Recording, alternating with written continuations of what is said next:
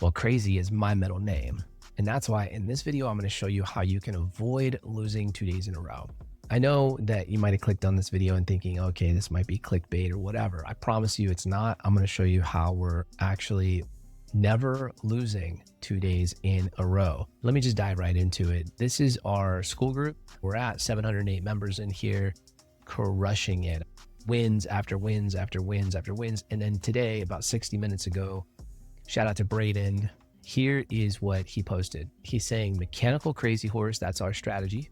It's our specific strategy with the opening range breakout, otherwise known as the ORB. Never loses twice in a row. Why would he say that? I'm gonna explain. 100K lightning funded account, Tradeify. Very smart because this is what I'm doing. And let me just show you my account today. This is my account from today's trading. So how is this possible, right? How is this possible? Well, we had a little challenge where basically I had people in our community test this specific strategy and I made it really mechanical. So there was like very little guessing, okay? I said, hey, here's the strategy. I want you to go back test and post your results. Well, guess what? 227 people in here have mechanical as in their title of their post. And all of these are about the mechanical. Now, a lot of these, okay, you can see here, like Stewart results, mechanical results, right? 72% profit. You can see all the results from each one of these back tests. Guess what, guys? We have not had one single person who has done the mechanical back testing and turned out with a negative result. Thousands of back tests have led us to the conclusion here that the mechanical crazy horse never loses 2 days in a row. So if you're new to the channel, I've been trading 8 years, yes, but I have 7 red days using the crazy horse strategy and I trade live Monday through Friday. Now, how do you do this? How can you achieve those results? Let me show you today. Here's today's trade. Ready? I'm going to break it down real quick so you kind of get the gist. We have a custom indicator that you put on the chart. You wait for the high and the low, right, of this first 15-minute range to form, and then you're waiting for that 5-minute candle body to break out. And we're getting our automatic TP and stop loss level by just making sure we're on auto. So make sure that this little A is on. And then you just right back here, you just use the long or short tool and you pop it on the chart. Now, as rudimentary and stupid as that may seem, it works. Let me go back in time so you can follow this, okay?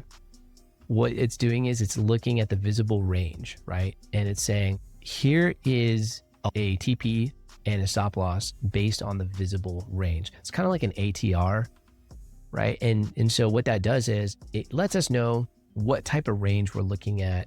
The probability of price hitting this 27 is very high because it's just the fact that we broke the orb alone. Like that in itself is actually a little bit of an edge. But man, sometimes orb flips and this and that. Like yesterday it flipped and we won.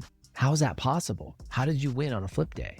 Like yesterday, I don't want to get distracted. Let me just get through with this and I'll show you yesterday as well, because a lot of people don't understand flip days. Okay, what we're doing is we're waiting for price to essentially pull back to one of these bands and beyond. So price goes up. I entered up here like a schmuck. It pulled back. We have like a checklist, right? And if it meets the criteria on that checklist, we're adding to our initial position. So because we're adding, this right here, this little green target was my break even. So I just wanted to mark it on the chart, right? So now I'm in trades. What does price do? And we rarely add. It's not many days that we actually add. We were talking about that this morning in live stream. Price pulls up. I scale out of a little bit of my position. I hold a little bit. Once I added these two and then I deleveraged from my original, this was my entry position. It was like down here. So I had such a good entry.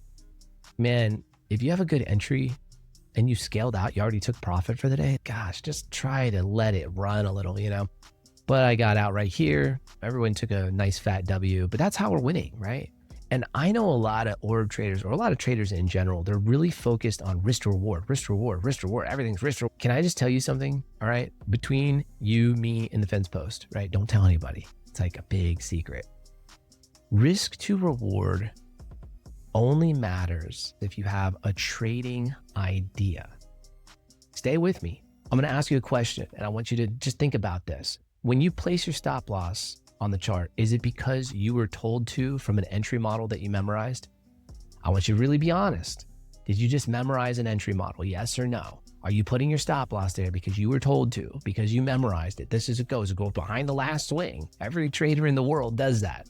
It goes underneath the previous candle's wick. It goes under the last swing or whatever above, right? The point is you're probably memorizing these. And so the difference between a trader that's profitable and consistent and a trader that's memorized a bunch of setups is that the trader that's typically consistently profitable has an idea. Now, let me explain. Go back to the chart and I'll explain this in detail, step by step. You see this area down here? This is called our invalidation zone, right? So what's interesting about this specific strategy is that when I get in a trade up here, I'm looking at a few things to determine how good this setup is, right? And I want to grade this setup. In fact, I'm looking at this. It could be an A, it could be a B, it could be a C. Which one of these is it, right? And the only way I'm going to figure that out is by zooming out on the chart. And I even delete price, man. I hide price. I don't need price to determine this. I look out and I say, who's in control, right? And I ask these questions that I have written over here. I ask, is the break of this 5-minute candle, when it does this, does it align with my high time frame bias? When I say who's in control, I'm looking at the most vertical impulsive move on the chart. If I zoom out, what's the most vertical impulsive move on the chart? Take a look for a second. Just take a look with your eyes. Use them eyes of yours. And what do you see? You see a vertical impulse to the downside. I mean, it's not that hard. I can measure it. It outweighs these over here, these bullish vertical moves. And I'm only looking at like 3 to 5 days. That's really important. The market does not care what happened 2 weeks ago, man. Remember, your job as a trader is to what? Figure out who is in control. Tell me in the comments, do you agree with that? Is that your job as a trader when you're looking at your entry and determining whether or not it's good or bad? Is to figure out, are bears in control or buyers? And if you don't know how to do that, this trumps your order flow, your trend line, Wagyu beef stick setups. All right. And so now that I know that, I ask myself, now I put price back on, is price breaking in the downward direction? No, it's not. So do you think I would be trading an A setup? No. How about a B? Well, next, here's some of the other questions that were on that list. All right. Does the line? The answer is no. Is the center line, in this case, blue? Does it go up? Yes. Okay, it does. Do the fundamentals align with everything else, like the news and everything? And unfortunately today, there really was no news, right? Is structure broken? Yes. How do the candles look? Does it look like they're speeding up or slowing down? And let me just do this one more time. Stay with me because you got to see it. If you don't see it, it's not going to hit. Do those candles look like they're speeding up or slowing down? Well, technically kind of slowing down, right?